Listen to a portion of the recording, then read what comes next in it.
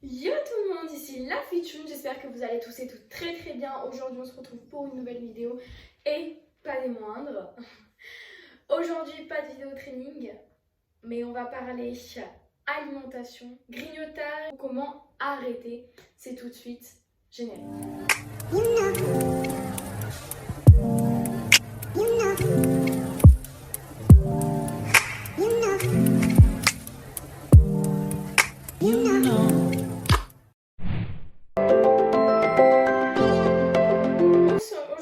Aujourd'hui, bien sûr, aujourd'hui on se retrouve dans mon appartement, on n'est plus dans la maison, donc fini le clocher, mais vous inquiétez pas, j'essaierai de tourner les séances de sport dans des endroits ensoleillés qui sont beaux au niveau paysagement parlant.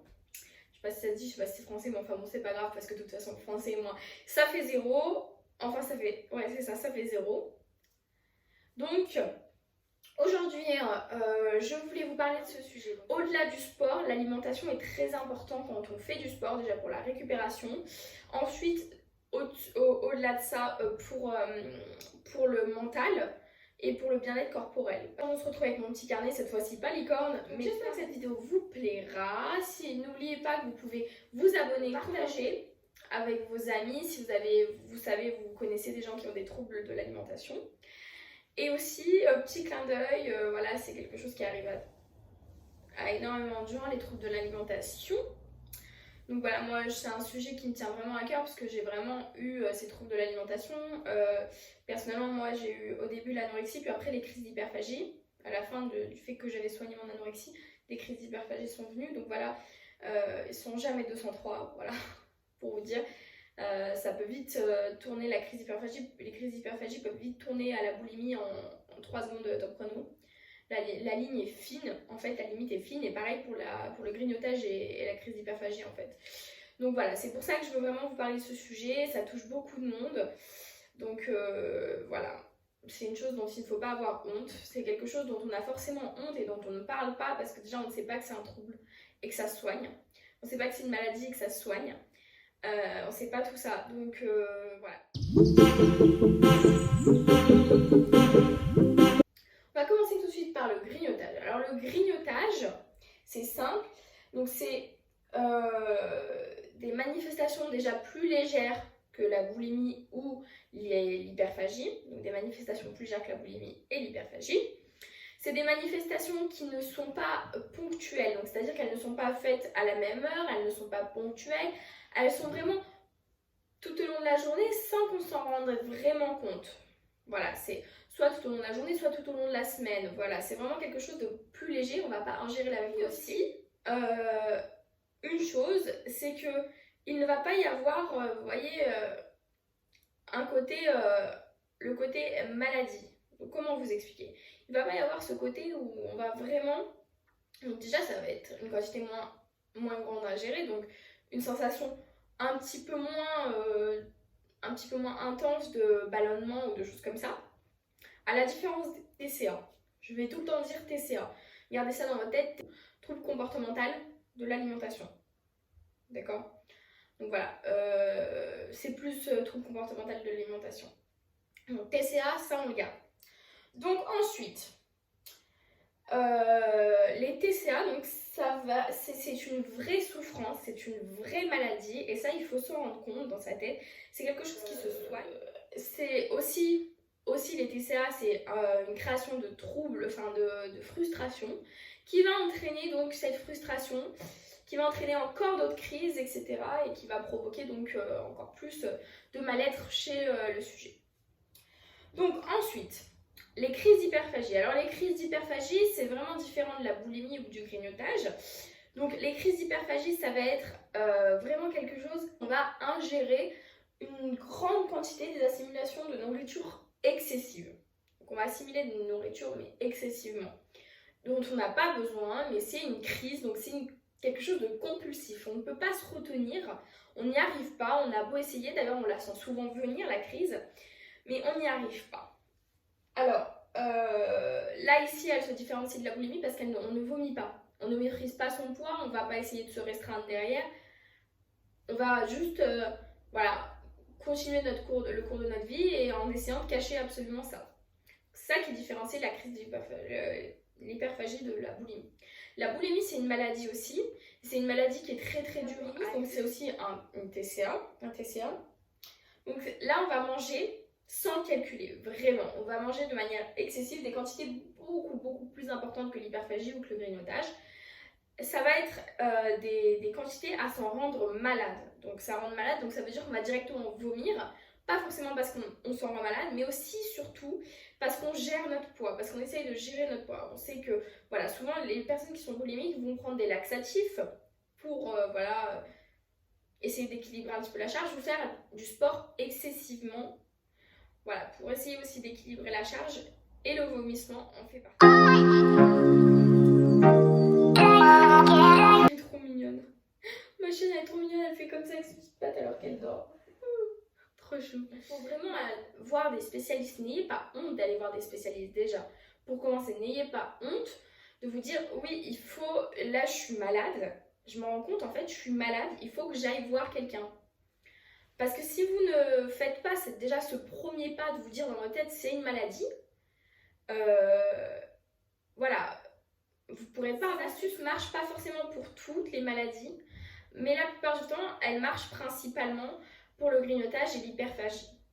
Il y en a aussi qui marchent pour la boulimie, mais la boulimie c'est quelque chose vraiment, je vous dis, la boulimie c'est quelque chose que vous pouvez avoir des conseils, vous pouvez essayer d'appliquer ce conseil, mais ça va être très compliqué d'y arriver toute seule.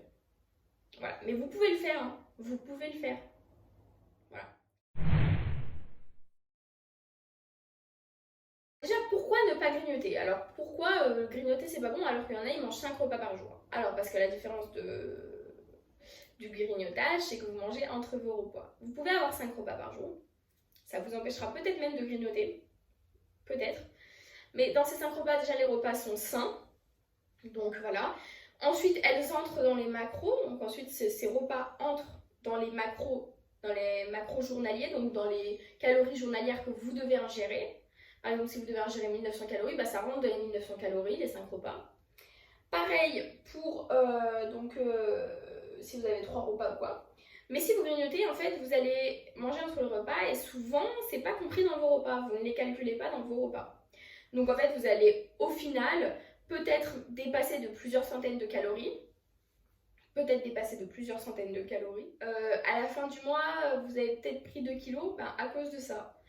Parce que plusieurs centaines de calories par-ci, puis plusieurs centaines de calories par-là, au final, ça fait 2-3 kilos de plus, quoi, tout. Votre intestin ne sera jamais en pause. Et ça, c'est pas possible. Votre intestin a besoin d'être au repos pour digérer. Est-ce que je grignote parce que j'ai faim ou est-ce que je grignote parce que, avant toute chose, c'est compulsif? Alors, si vous grignotez parce que vous avez faim, vous allez le ressentir. Essayez de différencier le grignotage de la faim et le grignotage compulsif. Le grignotage compulsif, c'est souvent dû à un sentiment, cause sentimentale ou cause de problème familial ou autre chose. Donc, quand vous avez faim, quand c'est parce que vous avez faim, le grignotage dû à la faim, et ben ça c'est très simple à corriger. Vous mangez plus dans vos repas, quitte à prendre 2 assiettes, vous mangez plus sainement, donc beaucoup plus de légumes, parce que c'est rempli d'eau, donc ça va vite fait vous caler, je vous le dis. Et vous n'allez pas avoir énormément de calories non plus dans votre journée, mais vous allez sentir vraiment ce côté rassasiant. Boire beaucoup d'eau entre les repas, pour ce type de grignotage. Et voilà. Sinon, vous avez aussi les collations. Utilisez les collations comme un allié. Les collations, donc ça veut dire à 16h ou à 10h, 11h. Vous prenez, ou les deux si vous avez 5 repas. Vous prenez une banane avec 5 amandes, ou pas plus parce que c'est très calorique. Ou alors vous faites un bol cake, ou je sais pas, en fonction des calories que vous pouvez ingérer. Et vous verrez que vous serez rassasié et que vous n'aurez pas faim entre les repas. Quand vous avez le grignotage compulsif, ce que je vous conseille, c'est de vous changer les idées. Il faut changer les idées. Si vous sentez la faim venir dû à un sentiment de solitude, à un sentiment de tristesse profonde ou de choses comme ça, sortez. sortez, allez courir, faites du sport, je sais pas, motivez-vous parce que vous pouvez le faire en fait. Et de toute façon, ça sert à rien de manger à ce moment-là parce que vous allez le culpabiliser. Et c'est pas une vision saine de l'alimentation si on culpabilise dès qu'on mange.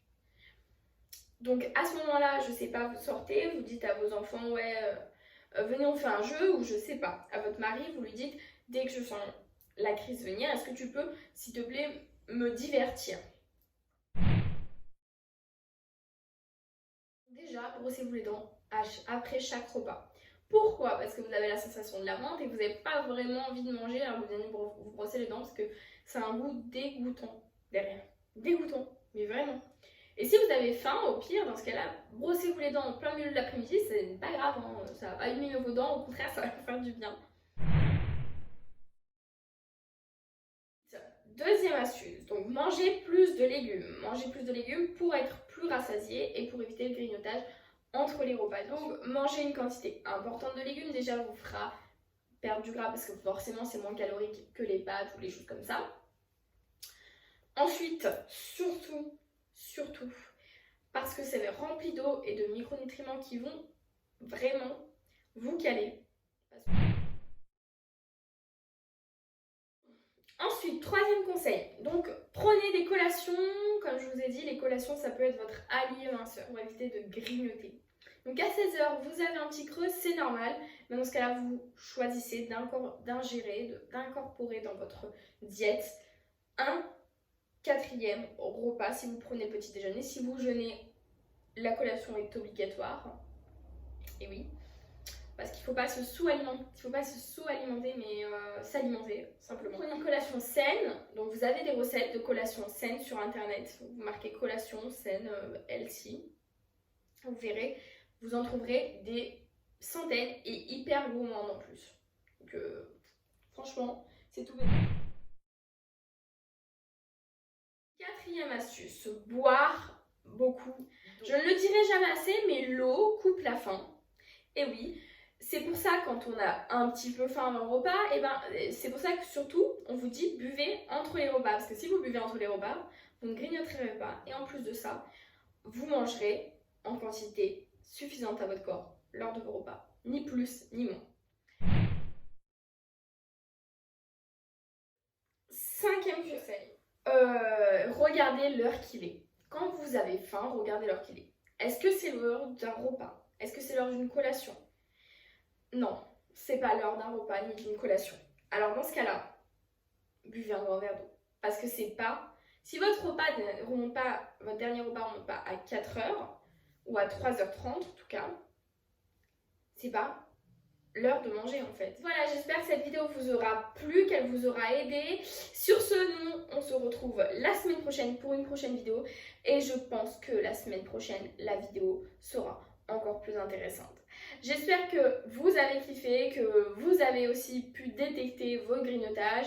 Ouais, parce qu'on a tous grignoté au moins une fois dans notre vie, on grignotera ou on a déjà grignoté. Voilà.